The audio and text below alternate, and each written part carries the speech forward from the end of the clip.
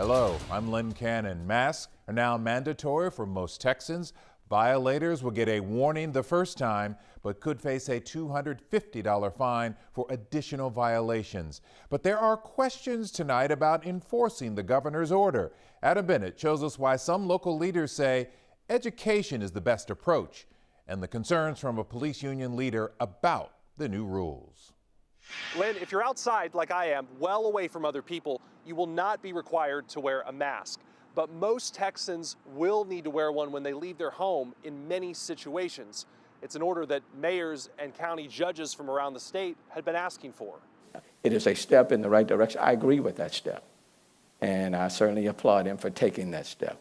And this afternoon, one of Mayor Sylvester Turner's staffers told me Houston police will focus on education with this new order.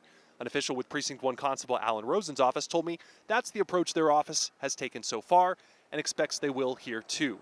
It's one they say works nearly every time and saves lives. You may have gotten this alert on your phone just after the governor's order took effect. It applies to counties with more than 20 COVID cases. Those Texans must wear a face mask inside buildings that are open to the public and outdoors when it's not possible to keep at least 6 feet away from people they don't live with. You are exempt if you're 10 or younger, eating or drinking, or have a medical condition that wearing a mask could worsen. You can also opt out during outdoor activities like exercising. Texans are encouraged, but not required, to wear masks during religious services or at polling places unless required by that county. Governor Abbott also gave mayors and county judges the power to limit outdoor gatherings of more than 10 people. A part of the recommendations that I made was people restricting their activities of a social gathering greater than 10.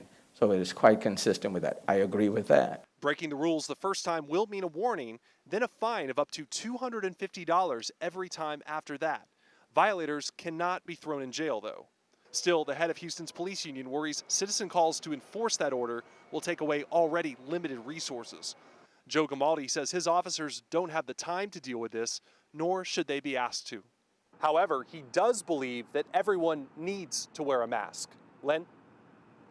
Thank you. You can text the word mask to 713-526-1111. We will send you a link so you can take a closer look at the governor's mask order that is now in effect and the penalties for violators.